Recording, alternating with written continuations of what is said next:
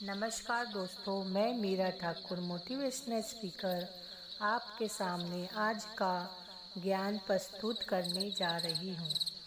सदा सतर्क रहकर ही बुरी संगति से बचा जा सकता है। हमारे चरित्र पर संगति का असर जरूर पड़ता है।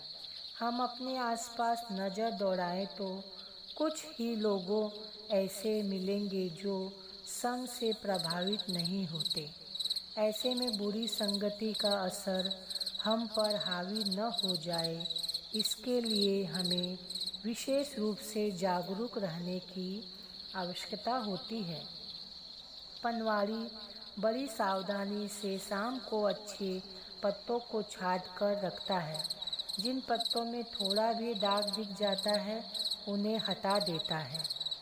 छत्रपति शिवाजी बहादुर इसलिए बने क्योंकि उनकी माँ ने उन्हें वैसा वातावरण दिया। नेपोलियन जीवन भर बिल्ली से डरते रहे क्योंकि बचपन में बिल्ली ने उन्हें डरा दिया था। गांधी जी ने अपनी आत्मकथा में लिखा है, मेरा संपर्क ऐसे छात्र से हुआ जिसमें धूम्रपान और मांसाहार की आदतें थीं। उस लड़के ने मुझसे मित्रता स्थापित कर ली।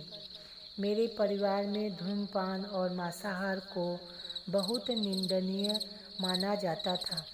मैं स्वयं इन बुराइयों को घृणास्पद मानता था। फिर भी एक दिन ऐसा आया जब मैंने धूम्रपान भी किया और मांसाहार भी किया। एक ऐसा बालक जिसे भविष्य में विश्व का श्रेष्ठतम मानव होना था, वह भी संग के प्रभाव से अछूता नहीं रह पाया। इस तथ्य से संग के रंग का यथार्थ आप भली भांति समझ सकते हैं। संगत की रंगत अपना प्रभाव छोड़ती ही है। आपका जैसा संग होगा आप वैसे ही हो जाएंगे। यह एक सर्वमान्य सच है। इसलिए इस विवेक की अति आवश्यक है कि आप स्वजनों के प्रति मोह भंग कर युद्ध के लिए तैयार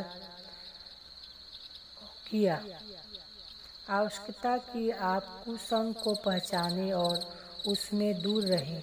महाभारत के युद्ध में श्री कृष्ण ने अर्जुन का स्वजनों के प्रति मोह भंग कर युद्ध के लिए तैयार किया। वहीं दूसरी ओर कुसंगति में पड़कर भीष्म पितामह, गुरु द्रोणाचार्य, कर्ण, दुर्योधन आदि पतन के गत में चले गए।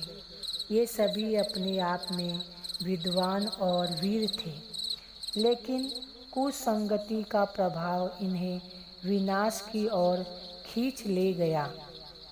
योग शास्त्र में एक शब्द आता है, सजगता।